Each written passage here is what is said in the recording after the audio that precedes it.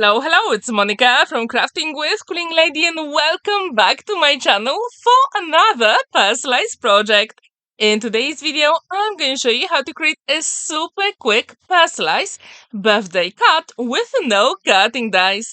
For my project, I'm going to use Summer Morning Collection from Art. It is a Polish brand and I'm going to leave the link to this collection in the description down below. And as you can see, there are lots of beautiful elements to fussy cut on the back of the cover, but also the design papers have amazing quality and you can use them for mixed media and box making as well. And when I saw those flowers, I thought they would be perfect to create a birthday card for my niece. I just couldn't resist, especially with all those, let's say, clusters of flowers. They are simply gorgeous. Have you ever heard about Altriat or Skarbnica Pomysłów?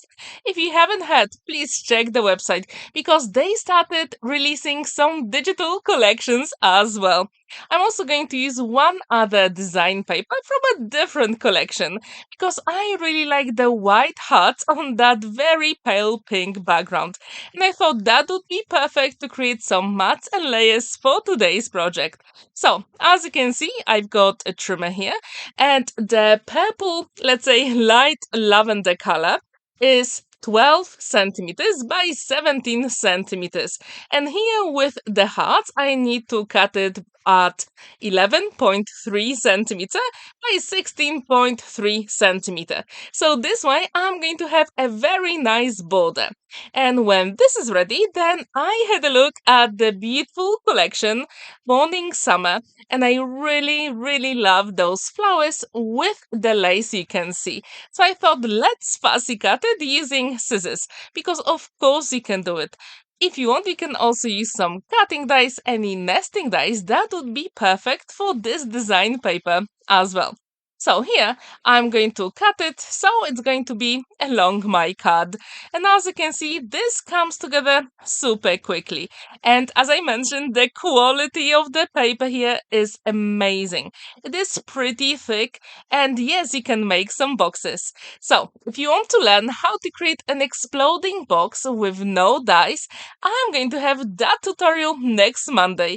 So stay tuned for that. I'm pretty sure you will really like it because it's going to be for beginners. I'm going to show you step by step how to create it. As you can see, this card is really easy to create. I really wanted to make sure that I embellish it so it is personalized. So later on, I also used some Canva images and I printed them to make sure that this card is for someone who likes, you will see what later on. So here I'm going to have a little bit of lace ribbon because I thought why not? That will match the beautiful design paper here. So I thought let's do it. I'm going to use my one and only liquid glue to assemble all the elements together. And I think that would really make your projects very special, especially if you have lots of layers and dimension on your projects. So here I'm just going to place my lace ribbon, or I should say cotton ribbon, that I got in one of the shops in my town.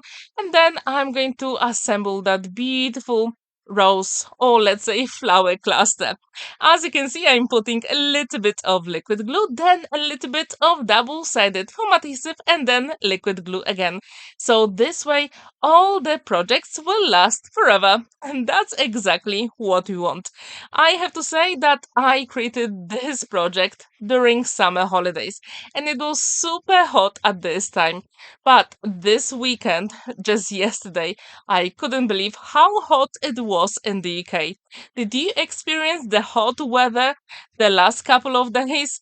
If you did, please let me know how do you deal with it? Because for me in the UK at the moment, it is a little bit too hot.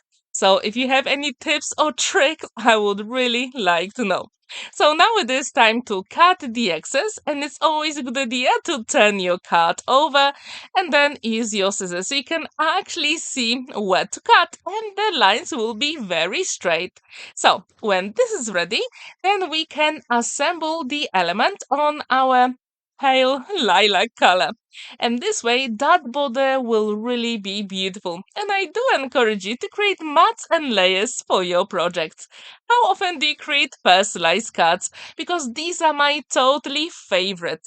And if you haven't seen my other tutorials with personalized projects, I always have them on Mondays. Here is 5 by 7 inches card base, and I'm going to use it to create my card, which is super simple. But if you want, you can use 10 by 7 inches white cut and score it in half, and that will be perfectly fine. So now it is time to assemble the elements together, and this card will stand proudly on the flat surface, and you'll have plenty of space to write your message inside. I also wanted to mention that this coming Sunday, I'm going to take part in Science Fiction Festival in Southend. So, if you live very close to it, please come and see me. I would absolutely love to meet you. And if you're interested, I left the information in the description down below. It's going to be super fun. Here, as you can see, I've got some elements that I already fussy cut from the beautiful collection, and I also created some elements for sewing because I know that my niece really likes sewing, so I thought let's create something very special for her. And as you can see for the name, I'm using some double-sided foam adhesive because I really want to achieve some dimension on some of the elements and I really want them to stand out. And double-sided foam adhesive, it is your best friend. At least I really like to use it. If you have your favorite, please let me know in the comments down below. Also, on Thursday, I'm going to have very beautiful project for you with amazing autumn colors, so stay tuned for that, especially if you're new to my channel. So hit the notification bell because every Monday I've got personalized projects, and then on a Thursday I've got other projects that you can create using whatever is in your stash. And then over the weekends I'm going to have some Christmas projects.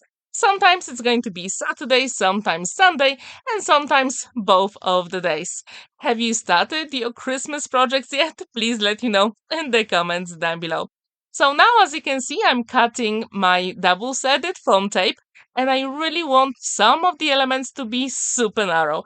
And that is the way to go, because you don't really have to get all the supplies in the length or width that you need, because you can always cut them, and that it is so much cheaper.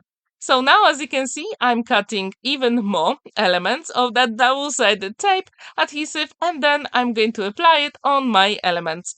And again, it's always a good idea to add a few drops of liquid glue on top, because this way all the elements will be adhered forever. Have you ever created a card for someone who loves sewing?